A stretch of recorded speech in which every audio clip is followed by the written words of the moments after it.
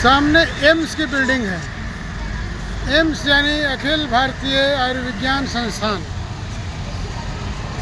देश में इसकी स्थापना 72 साल पहले 1952 में हुई थी और 1956 यानी 68 साल पहले ये बनकर तैयार हो गया था।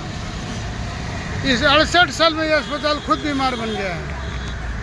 रोज़ाना करीब 20 से 22 हज़ार मरीज यहाँ आकर के अपना इलाज कराते हैं, मगर तकनीकी तौर पे ये अस्पताल एक बीमार सा हो गया है, क्योंकि पिछले 3 सालों में यहाँ से 2 दर्जन से ज़्यादा डॉक्टर छोड़ चुके हैं और इसके अलावा यहाँ पर 40% फैकल्टी में स्टाफ की कमी है।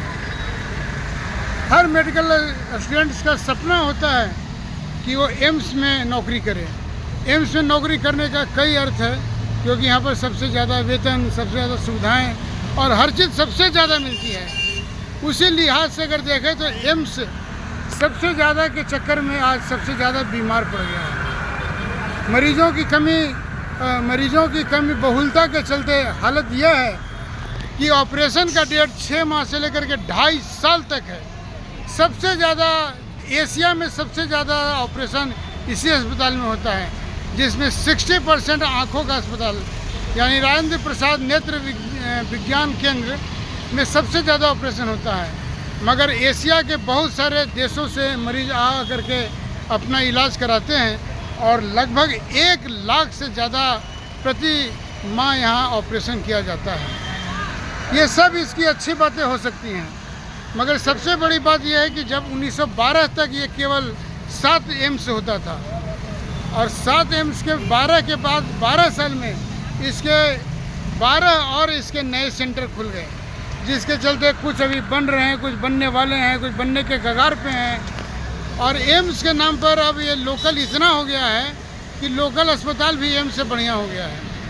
आलम यह है कि एम्स का कोई भी डॉक्टर अगर भोपाल का, जयपुर का, रायपुर का, भुवनेश्वर का बीमार पड़ता है या पटना का, तो सबसे पहले वो दिल्ली आकर ही अपना इलाज कराता है। और दिल्ली का यह एम्स इतना बुरे हालत में हो गया है कि पिछले 3 सालों में इसने 22 से ज़्यादा डॉक्टर नौकरी छोड़ चुके हैं।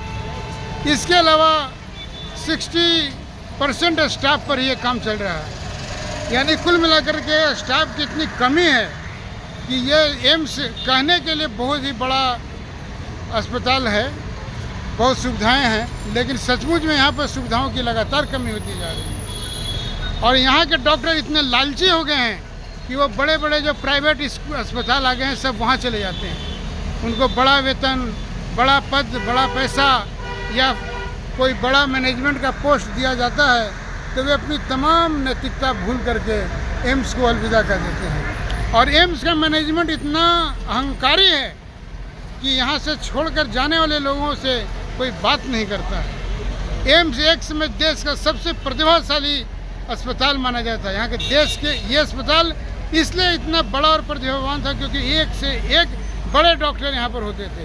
मगर जब धीरे धीरे जब यहाँ के डॉक्टर ही छोड़ के चले जाएंगे तो ये करीब बड़ी बिल्डिंग है, बड़ी इमारत का ये अस्पताल है, मगर डॉक्टरों के मामले में बहुत कमज़ोर और बहुत बेकार सा अस्पताल होता जा रहा है। मगर क्या कहें कि देश की इतनी बड़ी आबादी है, मरीजों की हालत इतनी बुरी है कि यहाँ एम्स में आकर के किस बुरी गत से अपने इलाज कराते हैं, यह कहने की बात और नहीं है। यहाँ आकर के देखने की बात है।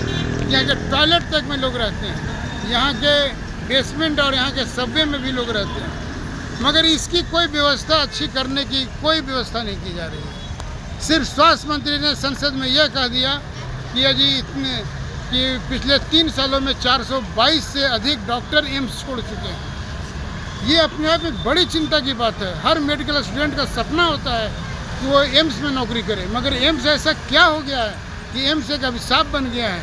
यहाँ काम का दबाव ज़्यादा है, या काम करने की आज़ादी नहीं है, या शोध वगैरह भी इतने ढंग से नहीं हो पा रहे हैं कि लोग आते हैं और पल भर में यहाँ की नौकरी को छोड़ देते हैं और कहीं बाहर नहीं जाते। आसपास में जितने भी प्राइवेट बड़े बड़े लखटकिया अस्पताल हैं वहाँ जा कर के काम करने लगते हैं। तो धीरे धीरे गरीबों का एकमात्र अस्पताल ऐसा था जहाँ पर वर्ल्ड क्लास सर्विस थी, वर्ल्ड क्लास चिकित्सा होती थी, मगर अब गरीबों के यहाँ कोई पूछने वाला नहीं है। देश का इकलौता ये अस्पताल है जहाँ पर आप सीधे डायरेक्ट अपना इलाज नहीं करा सकते हैं। किसी न किसी अस्पताल से रेफ़र होने के बाद ही यहाँ इलाज संभव है। मगर यहाँ पे इंटर करना, एंट्री के बाद पर्ची बनाना, पर्ची के बाद डॉक्टर को दिखाना, इलाज कराना, टेस्ट कराना इतना कठिन है कि एक बंदा कुछ नहीं कर सकता है। यह केवल स्पेशल और वीआईपी लोगों का अस्पताल बन के रह गया है, जहाँ पर लोग पल भर में आते हैं और पूरा अस्पताल का महकमा उनके सेवा में जुड़ जाता है। यहाँ पर अगर सामान्य कोई मरीज है, पावर वाला कोई मरीज है तो उसके पीछे पूरा अस्पताल है, लेकिन पावरलेस अगर कोई मरीज है जिसकी कोई इलाज नहीं है, कोई सुविधा नहीं है, तो उसका इलाज होना बहुत मुश्किल है। यहाँ पर इतना कठिन इलाज कराना है कि लोग यहाँ पर दम तोड़ देते हैं परिसर के बाहर, लेकिन उनको अंदर एंट्री नहीं मिल पाती है। इसकी मिसाल यही मान सकते हैं कि 6 माह से लेकर के 2.5 साल का वेटिंग लिस्ट है ऑपरेशन का। कोई मरीज का 2.5 साल टिकेगा?